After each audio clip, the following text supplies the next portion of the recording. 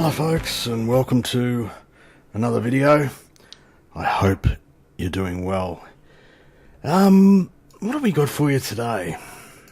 I don't know how to classify this video. It's one for the viewers. Well, it's one for two specific viewers. Let me try and explain to myself first and foremost, and maybe in doing so it'll make sense to someone else.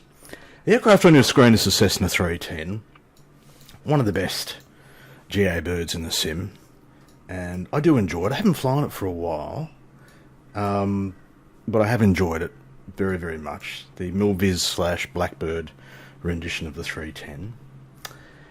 And I've got one of you kind viewers, a very I think I can call you a fan of the show, as American talk show hosts I want to do. You know who you are, mate, and thank you for your support in various forms on various platforms. This one has your heart at the moment.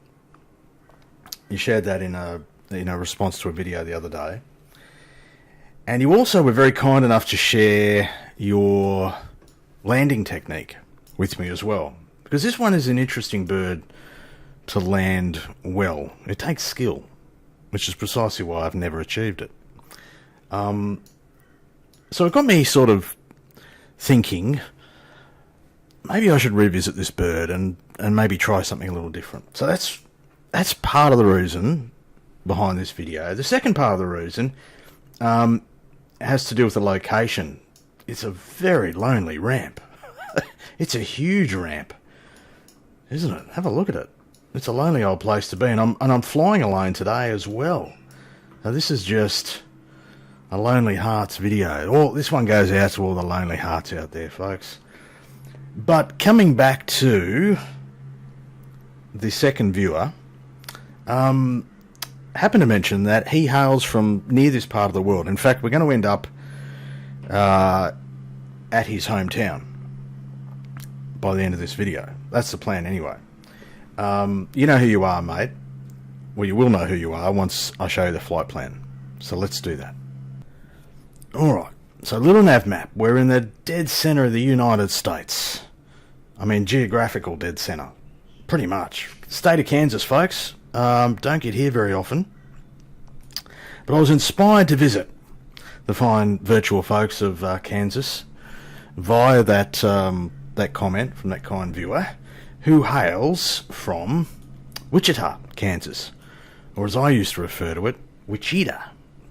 There's a story about why I used to refer to it that way, but it is Wecheeta. And we're going to begin our journey up here at a place called Salina, specifically Salina Regional Airport, and we're going to fly in a generally sort of southerly direction, overhead McPherson, Mound Ridge Municipal, Newton City, and then down into the Cessna aircraft field, which is very close to the McConnell Air Force Base, just at the end of it, actually. So, Wecheeta, Kansas, a rich aviation history, and the kind viewer that posted the comment was part of that aviation history, having worked as a electrician, I think you said, back in the 70s. And so that was enough for me to say, I'm going to go and visit Wecheeta / Wecheeta. And I'll talk about why I call it Wecheeta en route. That's the journey for us today, folks. 77 nautical miles, not a long way. We're going to cruise down at 3.5. So nice and low. I love flying the Cessna 310 down low. There's a sense of speed. I just like it. So that's what I'm going to do. Nice flat part of the world here, so we won't have any issues with terrain. But yeah, that's the plan. We'll take the Cessna 310 for a shortish flight here in Kansas, and see if we can land this thing with some level of competency. Let's go flying. Alright, so I'm going to ask for your forgiveness early in the video, folks. I have very little confidence in the outcome of this one. I haven't flown this bird for a little while. I've been flying something very different. earlier today. So this feels very unfamiliar, even though I've put a few hours on this thing since picking it up. Oh, a while ago now. I picked it up in a flash sale. I've got some pretty good value out of it. It's yeah, it's one of the best GA birds, isn't it? I sort of liken it to the 414, the Chancellor. It's kind of in that sort of category for mine. Not as capable, I would say, as the 414, but yeah, when I feel like a bit of Cessna twin flying, generally it's a toss-up between this one and the 414. Now, we're going to line up with a runway at some point. We are. This is runway 17 here at Salina Regional. We'll just avoid the approach lights here. So we're going to accept a crosswind from the left of about 8 to 10 knots by the looks of it. That's alright. That'll give the old fella a good challenge. First time back in the saddle after a while. Alright, we'll line up runway 17. We're not going to exactly be short of tarmac here. Nice big wide runway. They must get some decent sized aeroplanes in here. I know nothing about the place. Just kind of picked it for its approximate distance away from our destination. That's all. So, what do we need to worry about here? I can't remember. Do we need to worry about flaps? Jude! Jude! How have you appeared? You weren't there earlier.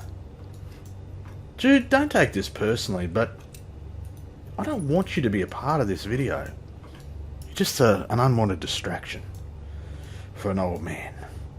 I think we're pretty much right. Trim's in the right spot. Yeah, we'll go flapless for takeoff. Landing lights can come on. Strobie should be on. Nav's on, everything like that. We're pretty much right. Zoom out. Our first waypoint pretty much straight ahead. Good, good, good. Local barrow is set. Okay, let's see if we can do this thing. So crosswind from the left. Here we go. Bring that power in. Great sounding aeroplane, this one. Alright, power's set. A little bit of aileron into the breeze. Try and keep this on the centre line, fella. Rotating around about, isn't it 85 or 90 or something in this thing? Our speed's well and truly alive. Can we rotate about there? We can, that's alright. Positive rate, gear can come up. Alright, kind of re-trimmed through blue line. Runway heading and all that.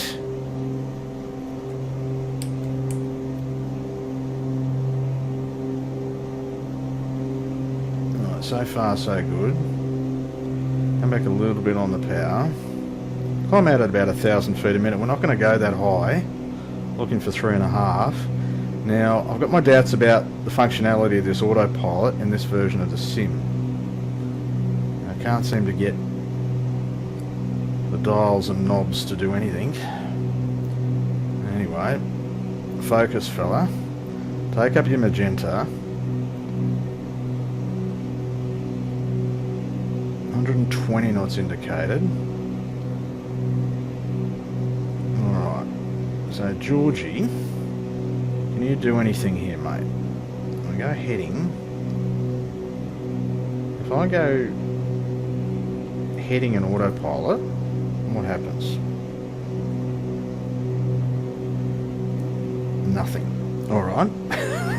Let me try that another way. Up through 3,000. Bloody hell, we're getting there pretty quickly. Alright, let's just intercept the magenta and trim out for about 3.5.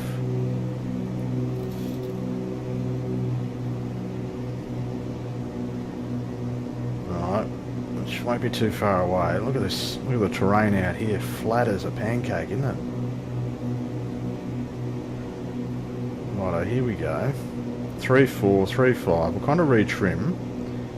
Now, if I go that and altitude hold. Will that work?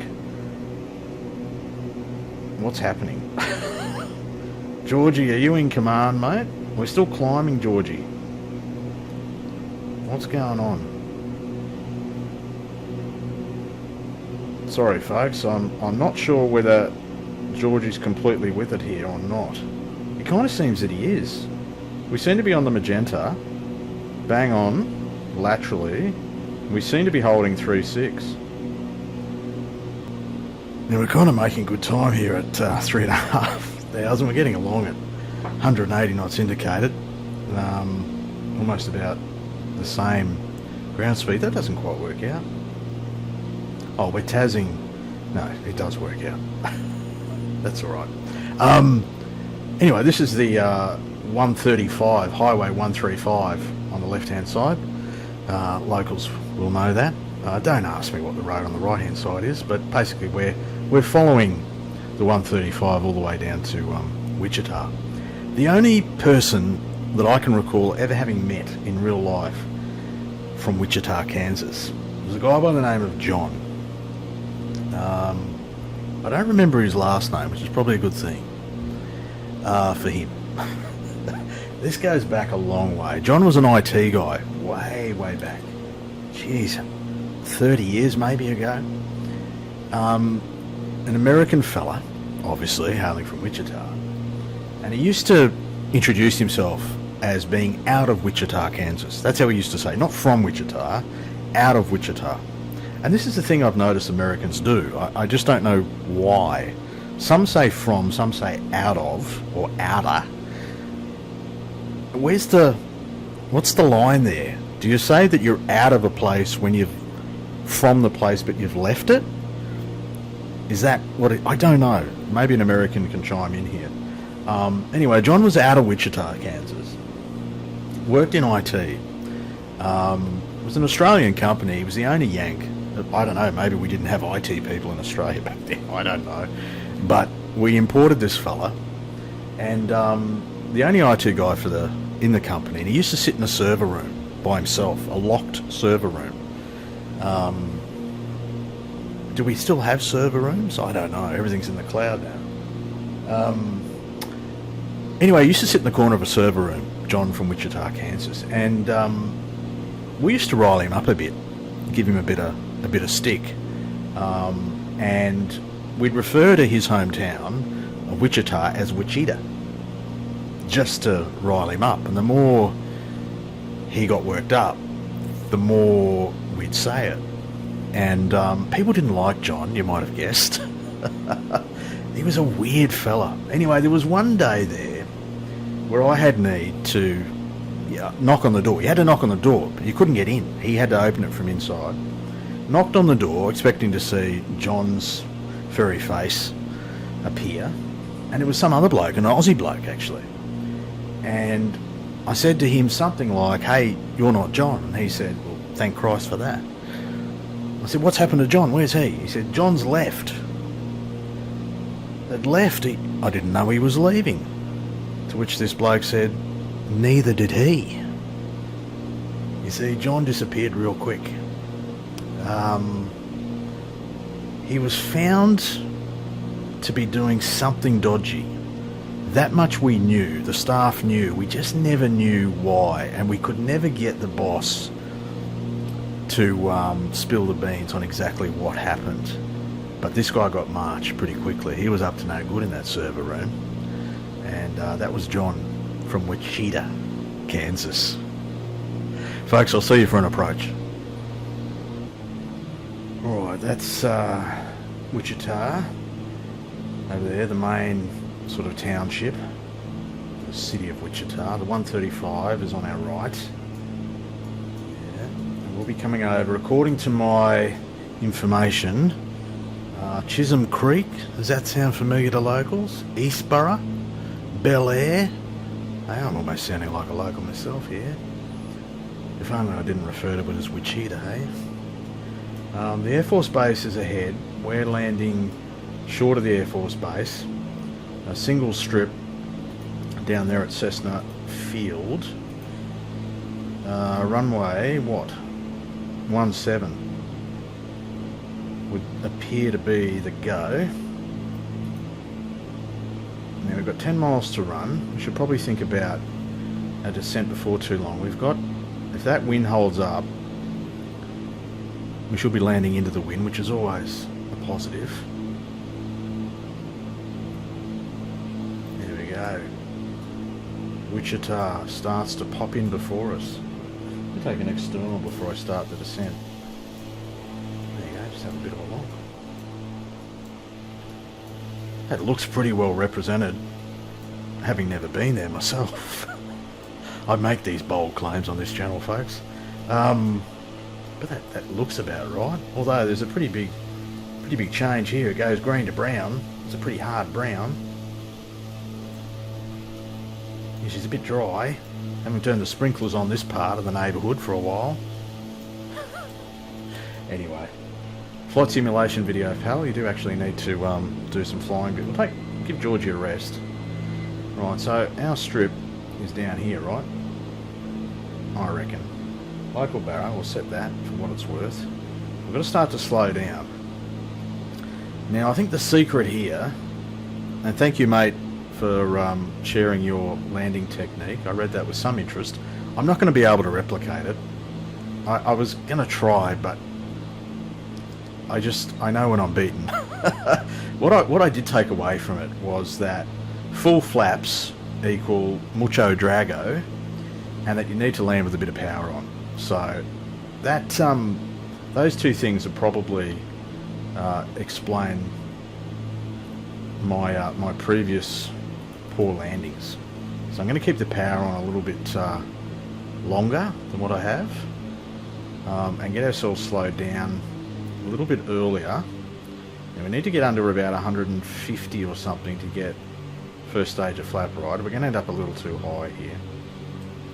So we're in trouble already. Determined to land at the right field. Although I reckon we're probably high even for the Air Force base at this point. I'm going to take first stage of flap. I'm going to take gear. Get ourselves slowed down. And I'll take second stage of flap before too long. But I'm going to delay the deployment of full flap. Keep that power on. This looks like a pretty narrow strip here at Cessna Field. We're in the wide arc now. We'll retrim. I'm going to get closer to blue line. Am I lined up at the runway or the taxiway? We'll find out, I suppose. Righto, take second stage of flap.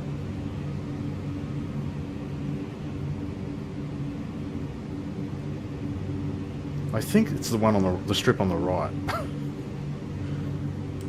I hope it is anyway. Alright, there's blue line. Bring the props back in, keep the power in.